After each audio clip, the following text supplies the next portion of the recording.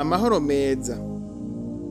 Iki ni igisomwa ca 28 muri 39 co muri ca gitabo citwa JEWE NAHISEMWO gukurikira YESU KRISTO. Muriko muratwumviriza nkemu yera abane namwe. Nawe Yesu yaraguhamagaye, vyonashoboka ko yanagutumye. Yesu ati: nimuze kuri jewe mwese abananiwe n'abaremerewe ndabaruhura. Aho ni muri Matayo igice ca 11 ku murongo wa 28. Arongera Yesu ati: ni jewe nzira n'ukuri n'ubugingo, nta ushika kuri data ntamujanye.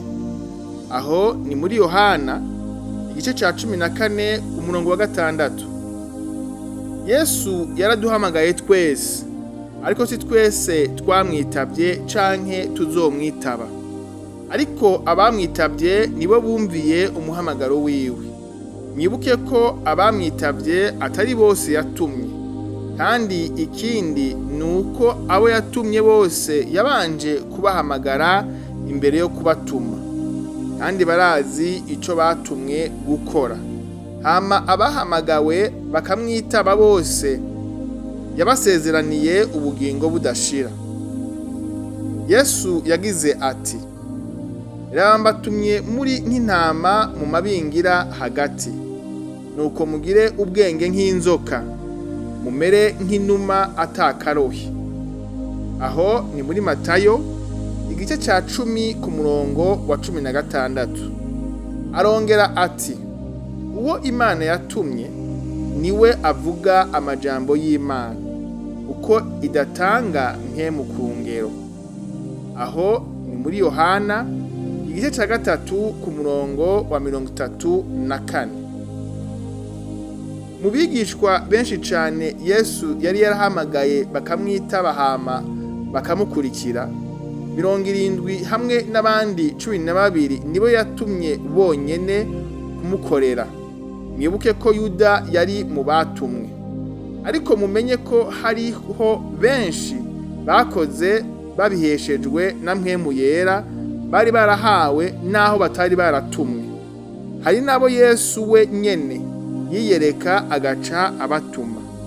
Mbeko twahamagawe, twisuzume turabe ko twitavye. Hama niba twaritavye, twoba twaratumwe. Ego, none twatumwe iki? Twoba turiko turakora ico twatumwe? Ni ubuhe buryo dukoresha mu gushikiriza ubutumwa banyenebwo? Ibi ni bibazo dutegerezwa kwama twibaza imbere yo kuvuga ko turiko dukorera Imana. Nibyo twese twarahamagawe na Yesu, ariko si twese twamwitavye. Hama n'abamwitavye tukamukurikira, dutegerezwa gutahura ko bamwe muri twebwe ari bo batumwe.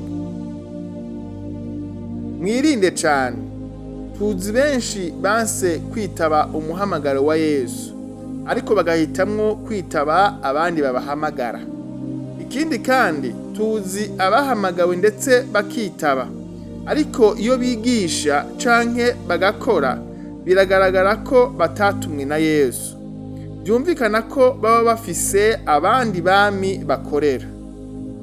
Ariko weho ko witavye ukemera kumukurikira, ugacika umwigishwa wiwe w'ukuri, ntuhagarikwe umutima no kwibaza ko watumwe canke utatumwe, kuko turazi tudakekeranya ko hari uburyo bwinshi bwo gukoreramwo Imana. Naho umuntu atoba yaratumwe, ariko akabikora kuko abiheshejwe na mpemu yera ari muri we, ni byiza cane. Ni na byiza gutahura ko abatumwe babikora nk'akazi k'igihe cose, ariko ababiheshejwe na mpemu yera babikora kuva igihe babiherewe kugeza igihe kanaka.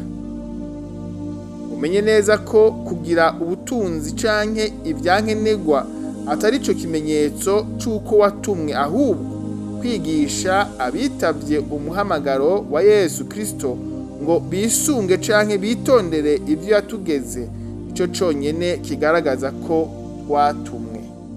Murakoze, kandi mpwemu yera abigishe ibirenze ibyo nanditse. Hamwe woba wifuza ico gitabo cose mu bwoko bwa PDF canke mu majwi, mwotwandikira kuri WhatsApp yacu akamenyetso ko guteranya 257 71 39 41 76. Umwami Yesu abahe amahoro n'umunezero aho muherereye hose. Amen.